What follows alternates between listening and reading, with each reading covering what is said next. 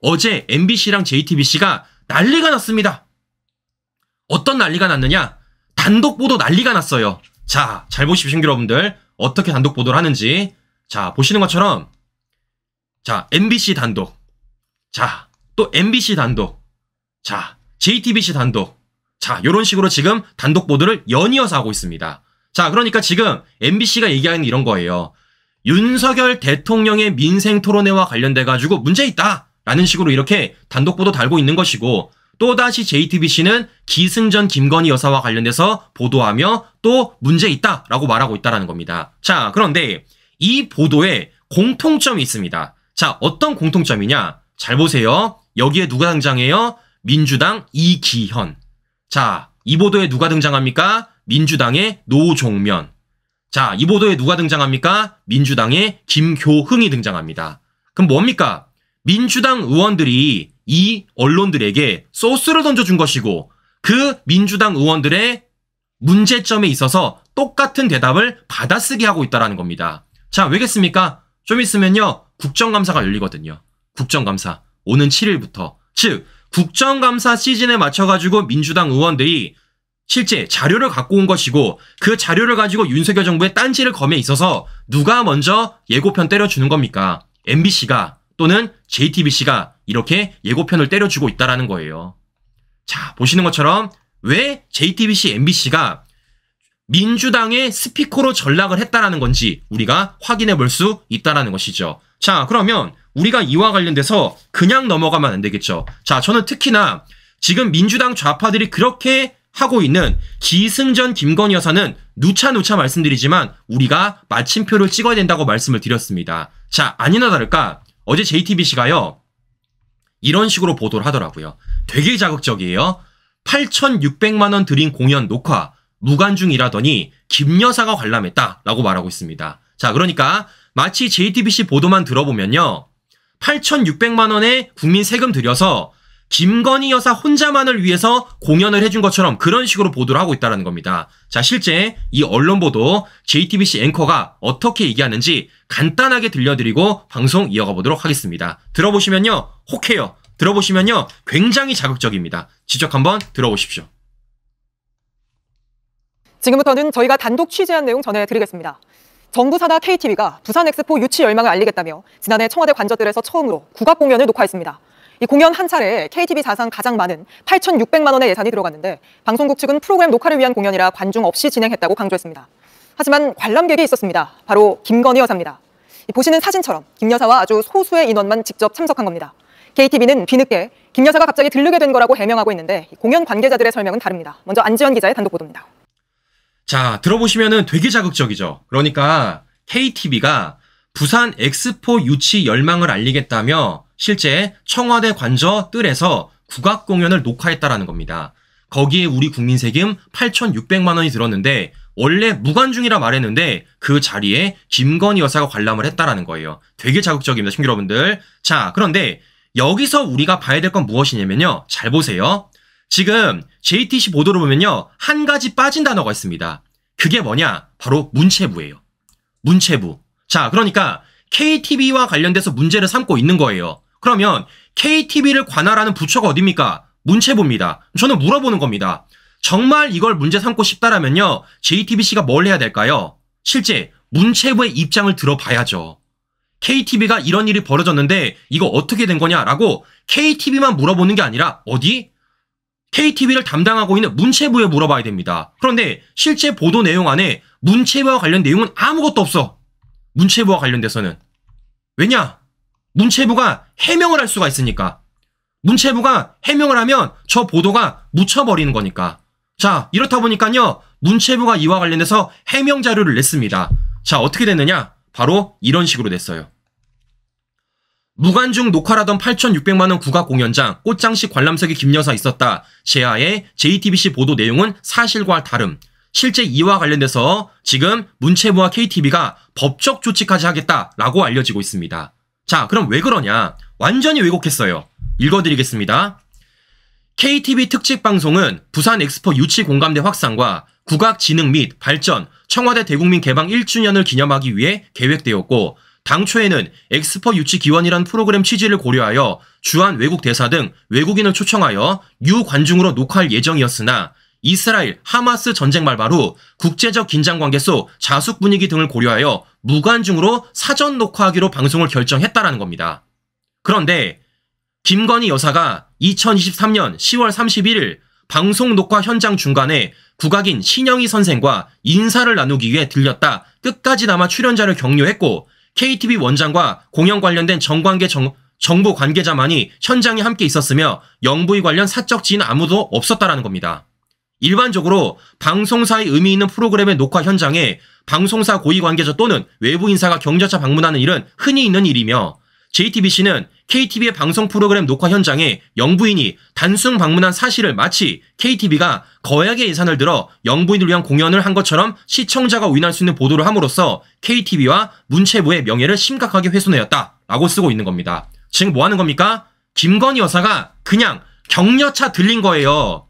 격려차.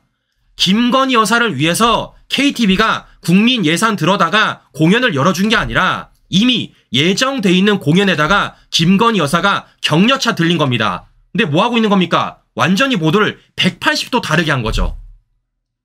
근데 제가 문제점이 뭐라 말씀드렸죠? JTBC 이 보도 어디를 보더라도 문체부와 관련된 얘기가 없어요. 네? 아니 언론사라면요 균형감 있게 달아야 되는 건 아니겠습니까? 그러면 실제 이것을 담당했던 문체부의 입장을 물어봐야죠. 그런데 그 보도 안에 문체부와 관련 내용이 아무것도 없습니다. 그냥 계속해서 뭐 하는 겁니까? 민주당 의원들의 주장만 들어준 거예요. 왜냐? 이 자료 누가 줬으니까? 이 자료를 앞서 보여드렸던 이 사람이 줬으니까. 민주당 이기현이 줬으니까. 이게 지금 편향된 언론들의 모습이다 라는 말씀을 제가 한 번 더 해드려 보는 겁니다. 자, 저는요 그래서 이 보도를 보면서 어떤 생각이 들었냐면요, 야 JTBC랑 서울의 소리랑 다를 게 하나 없다라는 생각이 제가 들었습니다. 자, 무슨 얘기냐? 우리 기억하시겠지만 서울의 소리가 실제 지난 추석 연휴 김건희 여사를 뭘로 찍었어요? 블랙박스로 몰래 찍었습니다.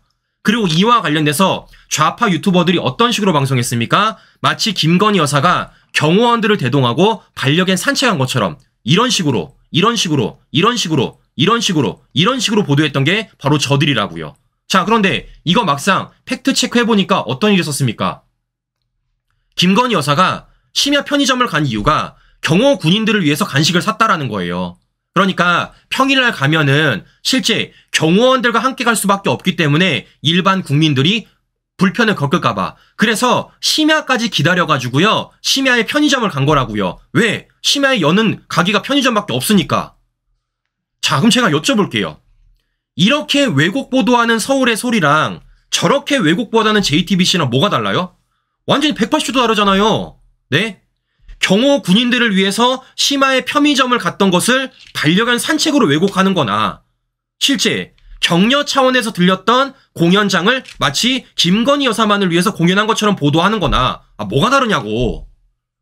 완전히 똑같은 수준을 보여주고 있다라는 말씀을 제가 해드려 보는 겁니다. 자, 그러면요 저는 JTBC한테 하나 물어보고 싶은 게 있어요. 자, 뭘 물어보고 싶느냐? 바로 이겁니다. 자, 그러면 김정숙은 뭐라 그럴 겁니까? 김정숙은 인도 가서 K-팝 경연장을 찾았습니다.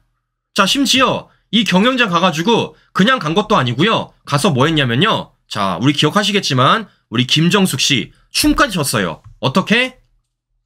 콕콕. 네, 다시 한번 어떻게? 콕콕. 네, 이렇게 춤까지 췄습니다. 뭐에 맞춰서? 빅뱅의 붉은 노을에 맞춰서. 자, 그런데 제가 이걸 보여드린 이유는 뭐냐면요. 자, 요거 어디 가서 한 거라고요? 인도 가서 한 거라고요. 근데 김정숙이 인도에 어떻게 갔습니까?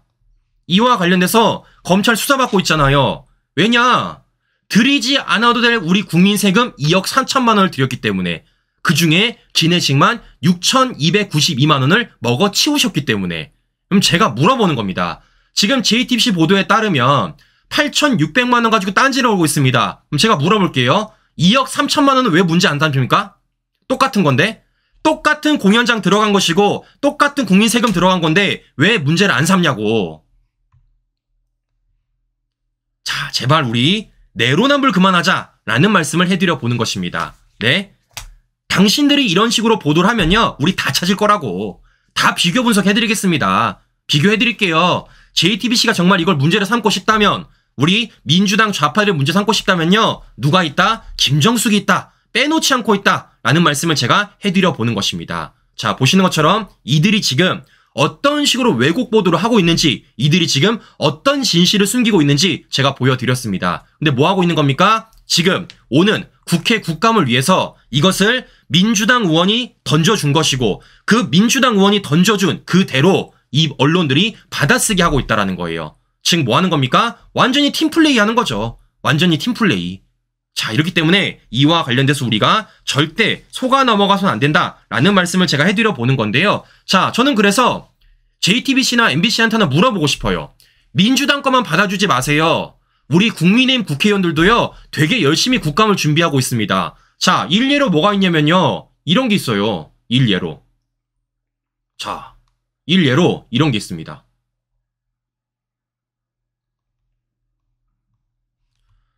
자, 한명숙이 9년간 추징금을 5억, 9년간 추징금 5억 4,200만 원 아직까지 안 내고 있다고 합니다. 야, 징글징글하다. 자, 이거 누가 밝혀낸 거냐면요, 국민의힘 유상범 의원님이 밝혀냈습니다. 이거 보도 좀 해주세요. 네? 민주당 의원의 국감 자료만 보도할 게 아니라 국민의힘 국회의원의 국감 자료도 보도 좀 해주세요. 한명숙이 추징금 5억 4,200만 원을 아직까지 9년간 안 내고 있다고 합니다.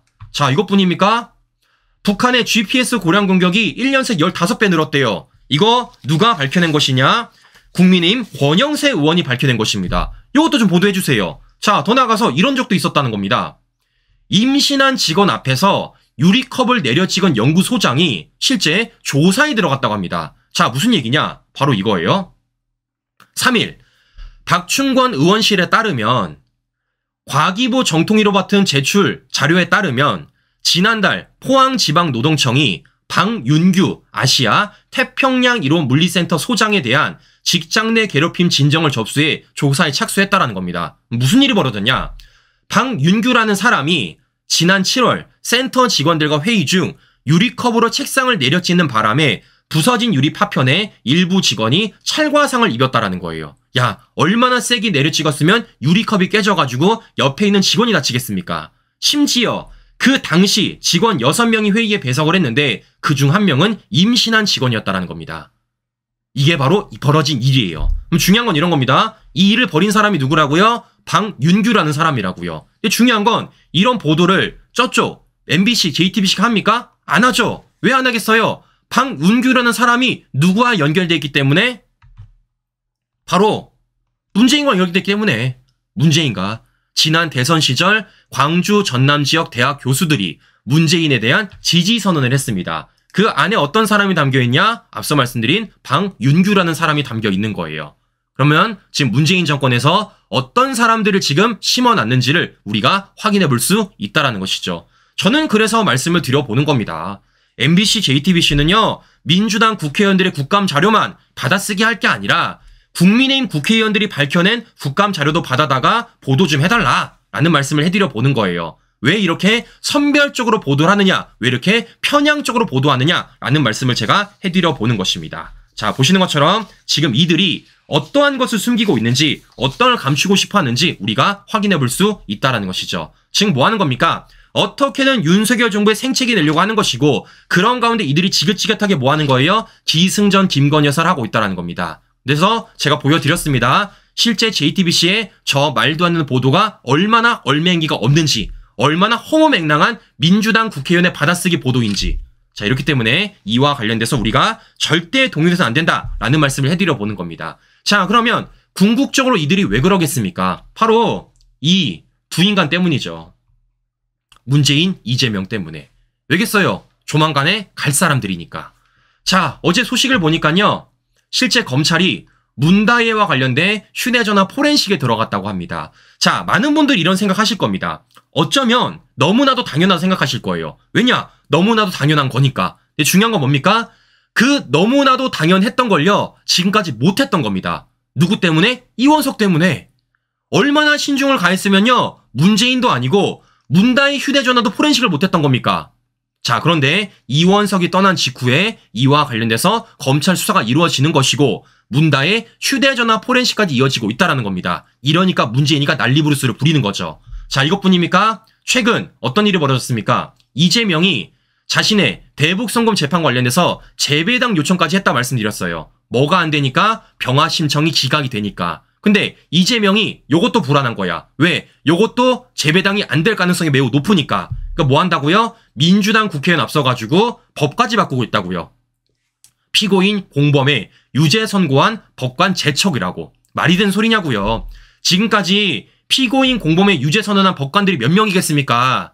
얼마나 많겠어요. 근데 이걸 이제 와서 바꾼다고? 말이 안 되는 거죠. 즉 이재명 방탄만을 위한 법이고 무엇보다 이런 법을 낸다는 것 자체가 뭐겠습니까? 이재명이 떨고 있다. 뭐와 관련돼서? 대북송금과 관련돼서. 즉 이재명도 자신의 혐의를 어느 정도 인정하고 있는 게 아닐까라는 말씀을 제가 해드려 보는 것입니다. 자, 왜겠어요? 실제 이화영이 불었잖아요. 쌍방울 대북송금은 이재명 보고라고. 검찰 진술했고 어디 제출돼 있다고요? 법원에 제출됐고 증거물로 채택됐다고요. 그래서 이들이 뭐 했습니까? 말도 안 되는 검사청문회를 열었지만 그 과정 속에서 뭐가 틀렸어요? 그동안 우리가 몰랐던 녹취록이 틀려졌고 그 녹취록에 따라 지금 뭐 하는 겁니까? 이재명은 추가 고발받게 생겼다라는 겁니다. 즉 이재명은요 이제 혐의가 더 늘어나고 재판도 더 받게 됐다라는 거예요. 보시는 것처럼 이들이 자신들의 사법 리스크를 가려보기 위해서 별의 별짓을 다 하고 있지만 오히려 역풍 불고 있다라는 말씀을 제가 해드려 보는 것입니다. 자, 그러면 중요한 건 이런 겁니다. 이와 관련돼서 보시는 것처럼 검찰의 수사가 이어지고 있고 그 검찰의 수사에 따라서 재판이 이어지고 있습니다. 우리는 누차 말씀드렸지만 우리가 걱정하는 건 뭡니까? 사법부예요. 사법부가 빨리 이와 관련돼서 결론을 내려야 될 것 아니겠습니까? 자, 그래 최근 들어 우리 시청자 여러분들에게 제가 뭐 보여드렸습니까? 실제 조희대 대법원장의 특명이라고 말씀드렸습니다. 선거법 재판 633 지켜라. 이와 관련된 특명을 내렸다라고 말씀드렸습니다. 제가 그리고 실제 이와 관련돼서 말뿐이 아니라 뭐가 있다고요? 문건까지 있다고 말씀드렸습니다. 자, 그 문건이 뭐라고요? 바로 이거라는 겁니다. 선거범죄 사건의 신속 처리 등에 대한 예규. 실제 제가 그래서 조항까지 보여드렸습니다. 제5조의 2. 간단하게 말씀드리면 뭐라는 거예요? 숙제 내준 겁니다. 선거법을 맡고 있는 재판관들한테 야 언제 만료일이야 라고 이렇게 날짜를 쓰게 만들고 그 날짜에 맞춰가지고 판결을 내릴 수 있도록 숙제 내주는 것이다 라고 말씀을 드려봤어요. 자, 그런데 중요한 건 이 숙제가 지금요 일부 판사들에만 전해진 게 아니라 이미 사법부에다가 많이 퍼져 있다라는 겁니다. 자, 이렇다 보니까 실제 최근 들어서 사법부 재판 속도가 어떻게 나고 있느냐? 되게 빨라요. 1심 처리가 원래 문재인 정권 때만 하더라도 90%였는데요. 이게 지금 123%가 넘어서고 있다는 겁니다. 자, 여러분들 100%가 아니에요. 123%입니다. 통계로 나와 있는 겁니다. 자, 그만큼 조희대 대법원장이 들어오고 나서 어느 정도로 재판 속도가 빨라지고 있는지를 우리가 이 퍼센티지를 통해서 확인해 볼 수 있다는 것이죠. 이러니까 어떻습니까? 문재인과 이재명이 저렇게 난리법석을 부리는 거죠. 저렇게 난리법석 부리는 거. 자, 그럼 우리는 뭘 해야 되겠습니까? 더 빨리 하라고 우리가 북돋아 줘야죠. 더 빨리 하라고 우리가 응원을 해줘야죠. 전 누차 말씀을 드립니다. 할 거야 하겠지가 아니라 하게 만들어야 된다. 그래야지만 123%가 아니라 1230%로 만들지 않을까라는 말씀을 제가 한 번 더 해드려 보는 거예요. 자, 이렇다 보니까 이게 지금 문재인, 이재명을 떨겠습니까? 아니라고요. 민주당 국회의원을 떤다고요. 네, 오는 10월 10일이 지난 4.10 총선 공직선거법 공소시효 만료되는 날입니다. 이제 6일 남았습니다. 계속 지금 검찰이 넘어가고 있어요. 자, 그 중에서도 지금 어떤 사람들이 가장 많이 넘어가고 있느냐? 민주당 호남 지역 국회의원들이 가장 많이 넘어가고 있습니다. 제가 나중에 방송도 한번 해드릴 건데 가장 많아요. 네, 가장 많습니다. 즉 뭐 하는 겁니까? 이 선거법과 관련된 수사가 이어지면 민주당 국회의원들이 대거 기소가 될 것이고 재판에 들어가서 조희대 대법원장 말대로 633을 지키면 배지 떨어질 사람들이 1년 안에 부지기수다. 그 사람들이 대부분이 민주당이다 라는 말씀을 해드려 보는 겁니다. 자, 저희는 그래서 뭐 합니까? 여론을 조성하면 된다라는 거예요. 여론을 조성하면 된다는 것. 무슨 얘기냐? 누차 말씀드리지만 시간은 우리 편이라고요. 시간은 우리 편. 우리가 윤석열 정부를 만들어냈기 때문에 그에 따라 수사가 이어지는 것이고 그 수사에 따라 사법부가 재판을 이어나가게 되는 겁니다. 즉 시간은 우리 편이에요. 시간이 지나면 지날수록 저들의 범죄 행위가 밝혀지게 될 것이고 저들의 범죄 행위를 수사기관과 사법부를 통해서 법과 절차에 따라 엄단한다라면요 우리가 이겨낼 수 있다고요. 근데 중요한 건 뭐겠습니까? 그 시간을 못 기다려준 분들이 너무 많은 것 같아요. 저도 이해합니다. 왜냐? 2년이나 기다려줬으니까. 자, 그런데 친구 여러분들, 어쩔 수 없잖아요. 네? 어쩔 수 없지 않습니까? 이런 말씀 드려보겠습니다. 우리 5년도 기다렸습니다. 우리 좀만 더 기다려봅시다. 좀만 더. 네? 저도 100번 공감해요. 2년 동안 기다렸던 게 얼마나 답답하셨는지. 네, 중요한 건 뭐겠습니까? 이게 지금 하나하나 바로잡혀 있는 것이고, 중요한 건 그럼에도 불구하고 우리가 계속해서 이것을 여론화시켜가지고 저 좌파들의 선전선동을 막아내는 게 중요하지 않을까라는 말씀을 제가 해드려 보는 것입니다. 다시 말씀드립니다. 제발 우리 좌파들의 농간에 놀아날지 말자고요. 좌파들의 갈라치게 당하지 말자고요. 우리는 우리 할 일 합시다. 우리가 정말 어떤 할 일이 필요한지, 우리가 무엇을 해야 되는지 저보다 우리 시청자 여러분들이 더 잘 아실 거다 생각이 듭니다. 소수 정치인들의 논란거리를 가지고 조중동 매체들의 언론 플레이를 가지고 우리가 휘둘리지 말자고요.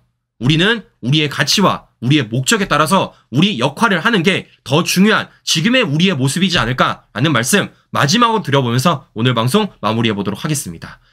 네, 오늘도 행복한 하루 보내시고요. 전 다음 방송 다시 뵙도록 하겠습니다. 오늘도 긴 시간 끝까지 시청자 여러분 감사합니다.